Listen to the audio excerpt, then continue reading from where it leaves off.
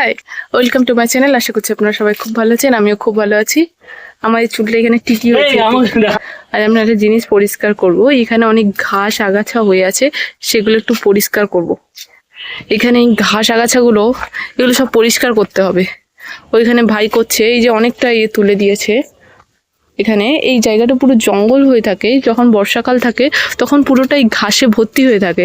তো এইগুলো সব করতে হবে। ওইখানে করছে, এই যে কত তাড়াতাড়ি, এই যে এই জায়গাটা কতটা বলতো সুন্দর বলতো।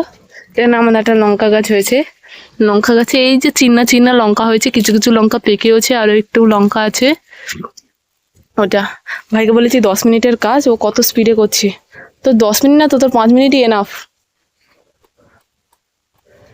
এই তো এই তো একটুখানি ভাই একটা জিনিস দেখবি, তুলসী গাছগুলো যেন করিস না ভাই, ঠিক আছে? হ্যাঁ, আমাদের এখানে প্রচুর তুলসী গাছ আছে, মানে ছোট থেকে বড়। আর এখানে একটা তুলসী গাছ আছে, যে তুলসী গাছটা বলতে গেলে প্রায় শুকনো হয়ে গেছে। এর যে এই দানাগুলো কিন্তু মানে জমিয়ে রাখলেই পরে যখন বর্ষাকাল আসবে তখন এই দানাগুলো ছড়িয়ে দিলে কিন্তু অনেক তুলসী গাছ হবে, অনেক তুলসী গাছ। যদিও বা আমাদের এখানে যে তুলসী গাছগুলো আছে একটাও দানা ছড়ানো হয়নি, ওটা একা একা হয়েছে এই তুলসী গাছগুলো কিছু কিছু। আর ওখানে কিছু ফুল গাছ আছে। চলো এইটা একটু ঝপঝপ করে পরিষ্কার করে নিই। এ ভাই, এ তো মারা গেছে, একে তুলে দে। এই যে কাঠি গাছটা, হ্যাঁ আস্তে, আমার চোখে ঢুকে। এই জায়গাটা একটু সুন্দর করে পরিষ্কার করে দেবো, ঠিক আছে? কোদাল দিয়ে কি সমান করে? হ্যাঁ হ্যাঁ, নিয়ে আসছি আমি। হ্যাঁ, এই জায়গাটা এতটা জঙ্গল হওয়ার জন্য কোনো কাজ করা যায় না। আর এই কেটে এখানে একটা মাটি দিয়ে যে লঙ্কা গাছটা লাগানো আছে, এই লঙ্কা গাছটা জানি না মাটির নিচ ভেদ করে। আরে ভাই, নিচে তো প্লাস্টিক আছে না, ও নিচে যেতে পারবে না তো।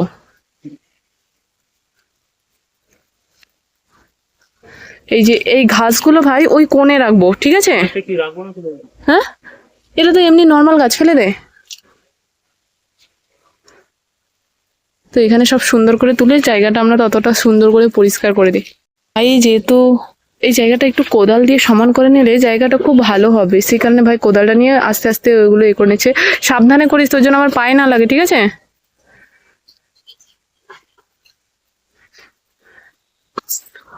যেহেতু মানে এখানে সব আগাছা ভর্তি আছে, তো এগুলো পরিষ্কার করে নেওয়াটাই বেটার। হ্যাঁ, এটা খুব ভালো করে পরিষ্কার করতে হবে। আর এই যে আমাদের একটা এই পাতাবাহার গাছ আছে, এই পাতাবাহার গাছটাকেই এই লতা পাতাগুলো ধরে রেখেছে। এই গাছটা দেখতে কত সুন্দর, কিন্তু এই লতা পাতাগুলো গাছটাকে পুরো ধরে রেখেছে।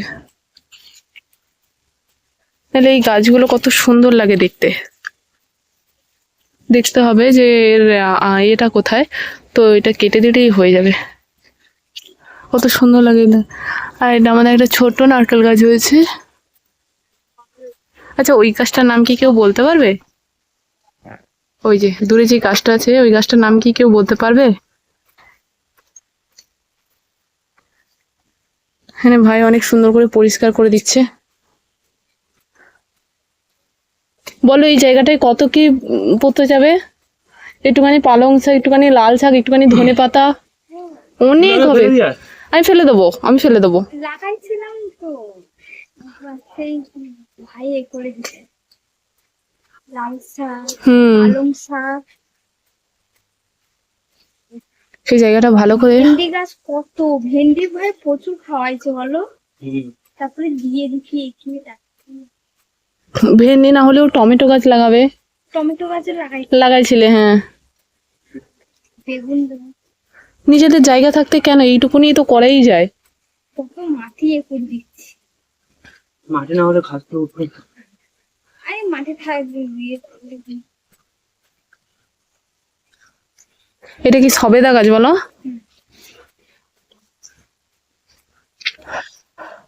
আর ওখানে একটা আম কাঁঠাল গাছ ওগুলো হয়েছে। চলো এইগুলো খুব সুন্দর করে পরিষ্কার করে নিই। খুব সুন্দর করে পরিষ্কার করা হয়ে গেছে। এবার এখানে কিছু গাছও লাগানো যাবে, তো এখানে কিছুটা একটু কোপানো হয়েছে। একটু মাটিটা একটু শুকনো হলে তারপরে গাছটা লাগালে বেশি ভালো হবে। না হলে তো মাটিটা যেহেতু ভিজে আছে, ওর মধ্যে বীজগুলো দিলে বীজগুলো নষ্ট হয়ে যাবে। তো মাটিটা একটুখানি শুকিয়ে যাক, তারপরে এতে গাছ লাগাবো।